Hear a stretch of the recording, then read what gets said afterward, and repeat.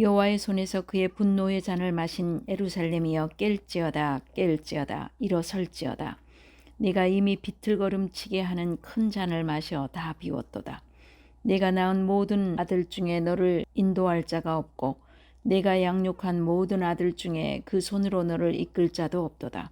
이 두 가지 일이 내게 닥쳤으니 누가 너를 위하여 슬퍼하랴. 곧 황폐와 멸망이요 기근과 칼이랴.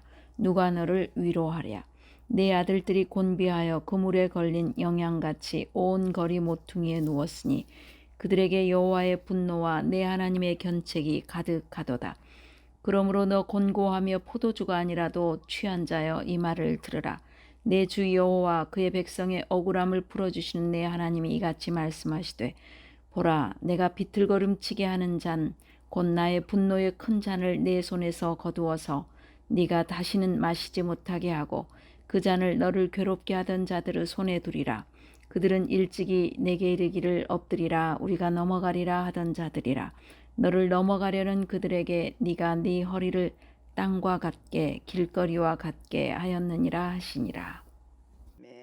오늘 우리에게 주신 말씀은 이사야 51장 17절에서 52장 12절의 말씀까지입니다.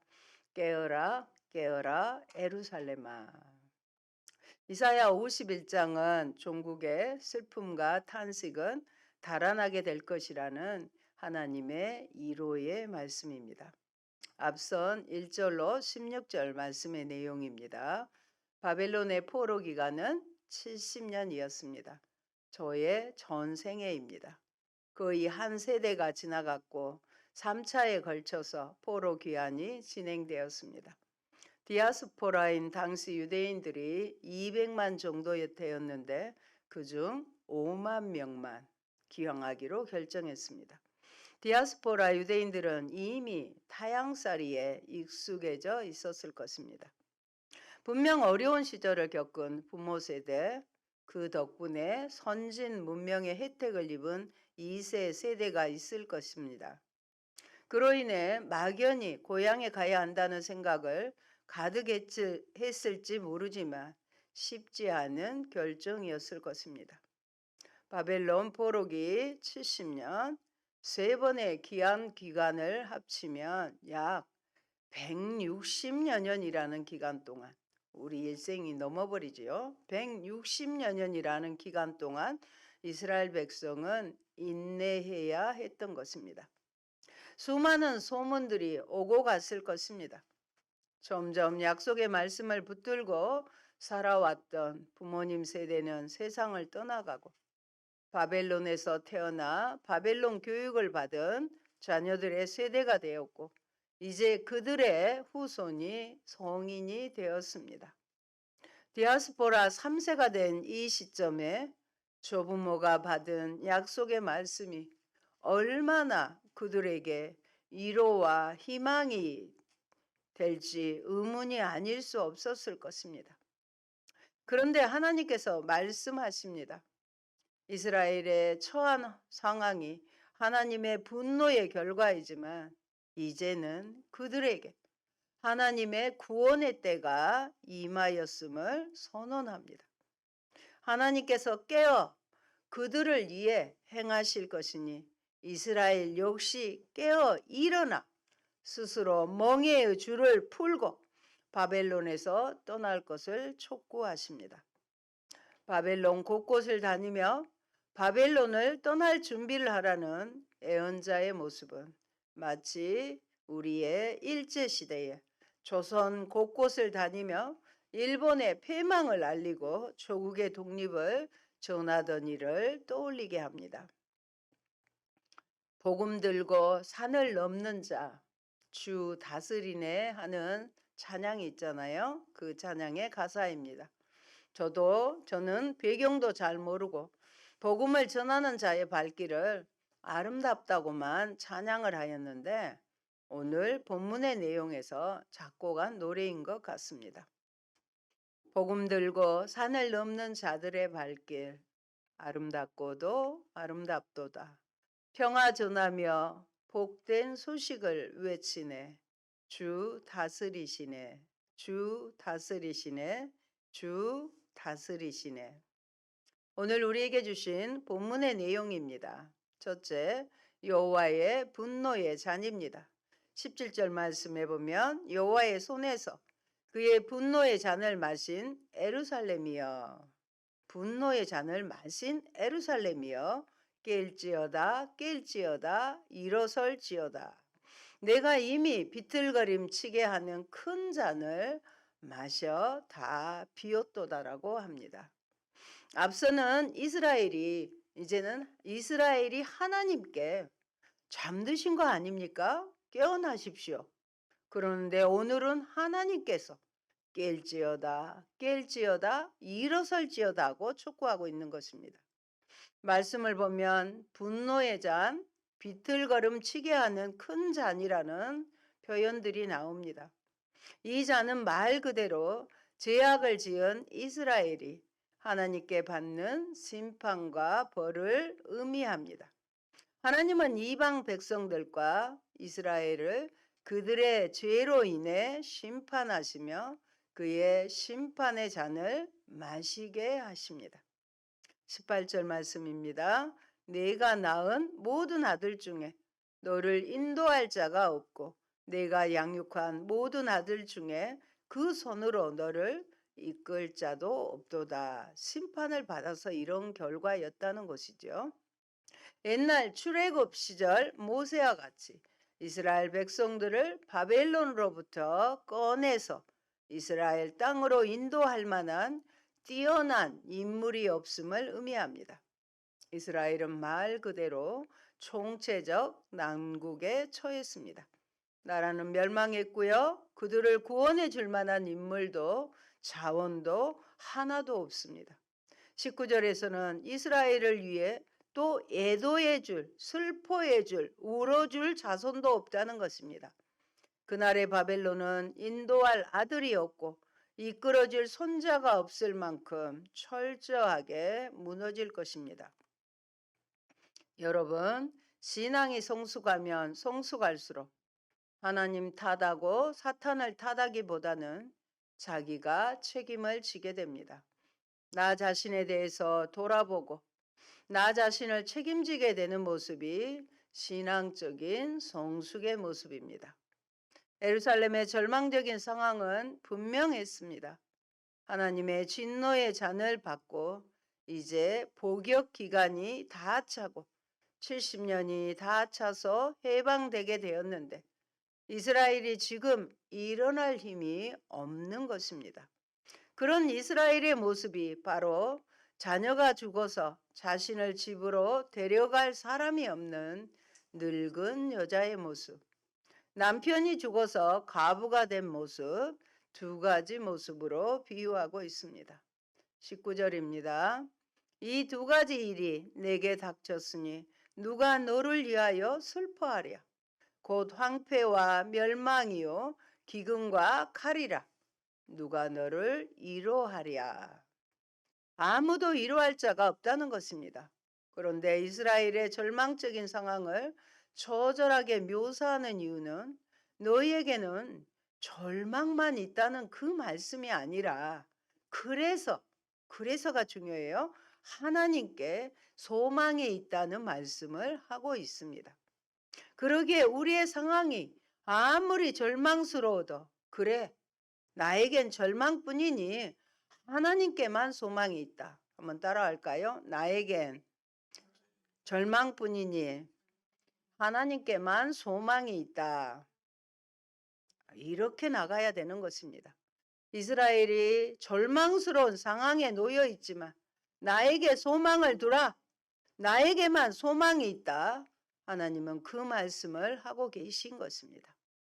22절 이스라엘은 포도주에 취해 비틀거리는 자같이 하나님의 진노에서 온 고통으로 인해 몹시 힘겨워하며 비틀거리고 있습니다. 그런데 이제 자기 백성을 위해 싸우시는 하나님께서 이스라엘의 손에서 진노의 잔을 거두어 들이십니다. 비틀거림을 치게 하는 잔, 곧 분노의 잔을 다시는 이스라엘이 마시지 않도록 하시겠다고 말씀하셨습니다. 23절은 그들이 이스라엘 땅에 엎드리게 하고 등을 짓밟고 지나가면서 모욕하고 수치를 안겨 주었는데 이제 심판은 그들의 몫이 될 것입니다. 51장에서는요. 이스라엘아 너희가 회개하지 않으면 벌을 받게 된다. 그리고 주변 나라들의 형벌의 도구가 될 것이다. 주변 나라들이 형벌의 도구가 될 것이다. 그러나 그 형벌 이후에도 하나님은 이스라엘의 남은 자들을 회복시키실 것이다. 그리고 이스라엘을 압제하면서 자신이 옳다고 여기는 이들은 결국 하나님께 벌을 받게 될 것이라고 말씀하십니다. 둘째입니다. 이제 하나님께서는 절망과 좌절에 빠진 그의 백성 이스라엘을 격려하시며 그들에게 힘을 내라고 말씀하십니다.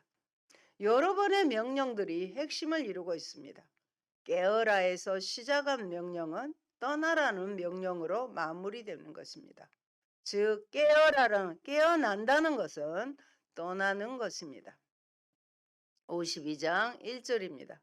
시온이여 깰지어다 깰지어다 내 힘을 입을지어다 거룩한 성 예루살렘이여 내 아름다운 옷을 입을지어다 이제부터 할례 받지 않는 자와 부정한 자가 다시는 내게로 돌아옴이 없을 것임이니라. 하나님은 이제 이스라엘을 향하여 아름다운 옷을 입으라고 말씀하십니다. 여기서 옷은 진짜 배로 만든 옷이 아니라 하나님의 거룩함과 성결함을 상징합니다.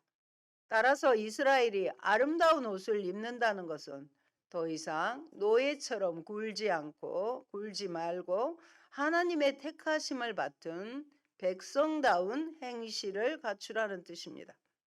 2절은요. 이스라엘이 바벨론의 노예에서 왕이신 하나님의 자녀로 다시 회복되는 모습을 보여줍니다.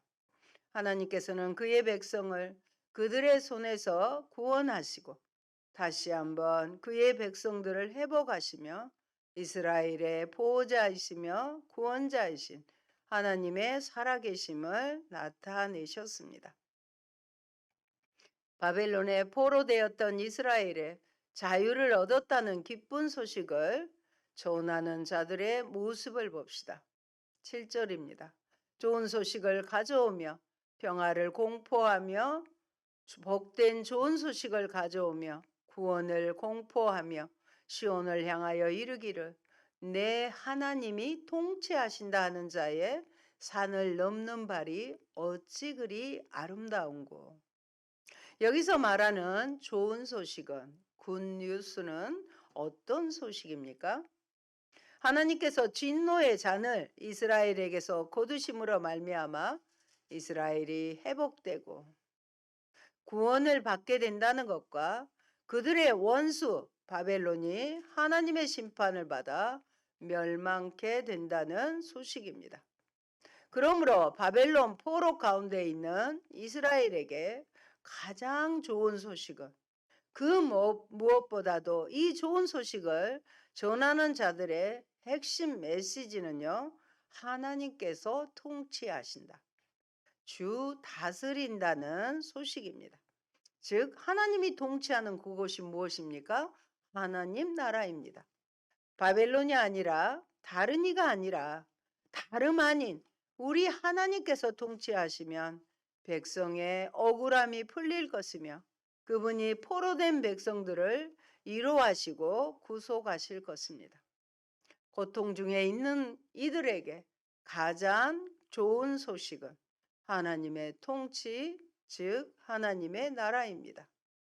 여러분, 복음은 기쁜 소식은 좋은 소식은 여호와께서 다스리신다는 소식입니다. 여호와께서 다시 이스라엘의 왕이 되어 주시겠다는 소식입니다. 가난한 이들의 눈물을 닦아주시는 그분에 대한 소식은 우리가 산 넘고 물 건너 전해야 할 가장 복된 소식입니다. 이 믿는 자들이 폭압과 겁박으로 지배하는 나라가 아니라 정의와 자유가 물결치는 나라, 사랑과 자비로 통치하시는 나라가 왔다는 소식이 복음입니다. 그러니 복음을 들은 이제 이스라엘이 할 일은 무엇인가요? 이제 예루살렘은 일어나야 합니다. 선지자는 말합니다. 떨쳐 일어서라. 그들을 얽매고 있는 학대자의 분노에 대한 두려움을 떨쳐버리고 바벨론 땅에 대한 모든 두려움과 미련도 떨쳐버리고 이제 일어서라. 하나님의 행하심을 믿는다는 것은 패배감, 자책감, 절망과 체념으로부터 스스로 일어서는 것입니다. 스스로 목에 매인 줄을 풀지 않으면 우리는 평생 남의 종이 된 채, 세상의 종이 된 채 두려움에 사로잡혀 살아가야 할 것입니다. 그래서 하나님께서는 우리 스스로 용기를 내고 힘을 내어 목에 매인 보이지 않는 줄을 풀어버릴 것을 요구하십니다. 하나님께서 힘을 내실 것이니 이제 이스라엘도 스스로 힘을 내야 합니다. 그리고 수십 년 포로로 지내온 바벨론을 떠나십시오.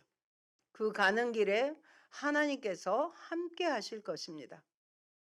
오늘 본문의 말씀처럼 우리도 우리를 얽매고 있는 영적 사슬을 풀어야 되는데 그 영적 사슬을 푸는 길입니다. 그러기에 앞서 먼저 새끼 코끼리의 조련법이라는 이야기를 하겠습니다.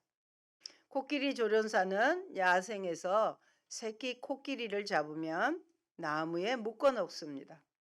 새끼 코끼리는 어땠든지 벗어나려고 이리저리 발버둥을 치지만 새끼라서 그다지 힘이 강하지 않아 결국 며칠이 지나면 포기를 하고 맙니다. 그리고 덩치가 커지더라도 자신이 밧줄에서 벗어날 수 있다는 생각은 아예 하지 않는다고 합니다. 그렇게 조련사는 다 자란 코끼리가 다리 한 번만 휙 휘두르면 끊을 수 있는 그런 밧줄 한 가닥으로 코끼리를 묶어 놓을 수 있고 조련할 수 있게 된다는 것입니다. 영적인 사슬을 푸는 방법으로 첫 번째, 사슬을 풀려고 하는 의지를 가지십시오. 하나님의 분노로 포로 생활을 하게 된 이스라엘 백성들이 해야 될 중요한 일이 무엇입니까? 17절 말씀처럼 깨어 일어서는 것입니다. 하나님이 포로 상태에서 해방시켜 주기를 원하면 본인이 먼저 그 포로 상태에서 벗어나려는 강력한 의지를 가지고 있어야 합니다. 바벨론 제국이 주는 혜택에 취해 영적 감각을 상실한 채 어느새 몸에 밴 적당히 타협하고 상황에 맞추어 버리는 순응주의의 티끌을 털어버리고 목에 줄을 벗어 던져야 합니다. 아우슈비츠 죽음의 수용소에서 살아남은 빅터 프랭클은 인간에게 실제로 필요한 것은 긴장이 없는 상태가 아니라 가치 있는 목표, 자유의지로 선택한 그 목표를 위해 노력하고 투쟁한 것이라고 말합니다. 그러기에 영적 사슬을 풀기 위해 두 번째, 하나님께 기도하십시오. 사람은 사람에게 궁극적인 해방을 줄 수 없습니다. 본인이 의지를 가지고 일어서야 하지만 목표의 성취는 하나님이 이루십니다. 그러므로 사람을 의지하지 말고 하나님만 의지하고 하나님께 그 문제를 위해 간절히 기도하십시오. 기도할 때 문제를 해결할 수 있는 지혜도 주시고 상황도 바꿔주시고 때로 돕는 자도 붙여주십니다. 하나님께서는 사랑하는 백성에게 포로의 자리를 털고 나오라고 촉구하십니다. 포로된 백성들이 사는 곳은 매우 부정한 자리이기에 먼저 떠나야 할 곳입니다. 백성들이 하나님의 명령에 순종하여 그 자리를 털고 일어선다면 하나님은 다시 선두에서 백성들을 이끌어 주실 것입니다. 오늘 내가 결단하며 떠나야 할 자리는 어디입니까? 그리고 기도했다면요. 세 번째로 희망을, 소망을 잃지 마십시오. 하나님은 진노와 책망으로 이스라엘을 비틀거리게 했어요. 그렇지만 다시 회복의 은혜를 주시겠다고 약속합니다. 또한 그들은 포로로서 아주 비참한 처지였지만 이제는 상황이 뒤바뀌어서 그 괴롭히던 자들이 하나님의 진노를 받을 것이라고 약속합니다. 아무리 절망적인 상황이라도 그 상황이 뒤바뀔 때가 옵니다. 그러므로 하나님 안에서 하나님 안이 중요해요. 결코 희망을 잃지 마십시오. 여러분, 하나님은 에루살렘에게 깨어나라 말씀하시며 구원받은 하나님의 백성답게 노예로 살아가며 묻은 더러움을 다 씻어버리고 아름다운 옷을 입으라 명령하셨습니다. 이와 마찬가지로 이제 우리가 세상의 더러운 죄악들을 예수 그리스도의 피로 씻음받고 거룩함으로 지음받은 아름다운 옷을 입어야 합니다. 이제 자신을 정결케 하고 앞서 인도하시며 뒤에서 보호하시는 하나님을 천천히 따라가면 됩니다. 하나님이 그의 백성을 구원하신다는 좋은 소식이 산을 넘어 거룩한 성 에루살렘까지 이릅니다. 그 좋은 소식이 에루살렘 가까이 이를 때 파수꾼이 마치 아침해를 기다리며 기뻐하듯이 백성들은 주님의 은혜와 영광을 바라보며 찬양할 것입니다. 자유와 해방을 주시며 영원한 왕이 되어주실 주님을 간절히 기다립시다. 그러므로 우리를 구원하신 전능하신 예수님과 날마다 깨어 동행하며 세상이 아닌 영원한 천국을 바라보며 살아가는 저와 여러분 되기를 축복합니다. 사랑하는 성도 여러분, 구약에 기록된 이스라엘 백성의 출 바벨론의 이야기와 바벨론의 멸망 이야기는 신약 시대에 나타날 미래의 사건의 그림자입니다. 바로 예수 그리스도로 말미암아 죄악의 권세로부터 자유케 되는 구원 이야기와 사탄의 나라가 멸망케 되는 심판의 이야기입니다. 즉 오늘 본문은 단지 수천 년 전에 존재했던 이스라엘 민족의 이야기가 아니라 지금 이 시대를 살아가는 우리들 모두의 이야기입니다. 하나님은 예수 그리스도를 통해 주시는 죄사함과 구원을 선물로 주셨습니다. 이것이 우리에게 주어진 좋은 소식, 즉 복음입니다. 지금은 사순절 기간입니다. 예수님의 십자가의 죽으심과 부활의 소식이야말로 우리가 산을 넘어 온 세상에 전파해야 할 복음입니다. 아름다운 복음의 신을 신고 좋은 소식, 재림과 부활을 전하시기 바랍니다. 아멘. 좋으신 아버지 감사합니다. 70년의 바벨론의 포로 기간 중에 아버지 모든 것을 포기하고 절망하고 있는 그들을 향하여 깨어라 깨어라 에루살렘아 일어나라 말씀하시는 주님 감사합니다. 이제는 주님께서 온 세상을 통치하신다고 아름다운 소식을 전하라고 말씀하시니 감사합니다. 하나님 우리의 지쳐있는 육체와 또 아버지 힘들어하는 영혼들을 다시금 깨어나게 도와주시고 우리에게 하나님께 소망을 두고 나를 볼 때는 실망할 수밖에 없고 무기력하지만 그래서 소망 되신 하나님을 바라보며 스스로 일어서 주님을 향해 나아가며 복된 소식을 전하는 저희가 되게 하여 주시옵소서. 현실에 바벨론의 아버지 하나님 동화되어 안주하지 않게 하시고 다시금 하나님이 앞서서 깨어라 떠나라고 말씀하시는 그 말씀을 듣고 아버지 믿음의 행보를 띄어드리는 저희가 되게 하옵소서. 예수님께서 우리에게 죽어주신 십자가의 죽음과 다시 부활과 또 오시마 약속하신 재림의 소식을 하나님 복된 복음의 소식으로 저희들이 아름다운 신발을 신고 전할 수 있는 저희가 다 되게 하여 주시옵소서. 감사합니다. 예수님 이름으로 기도합니다. 아멘.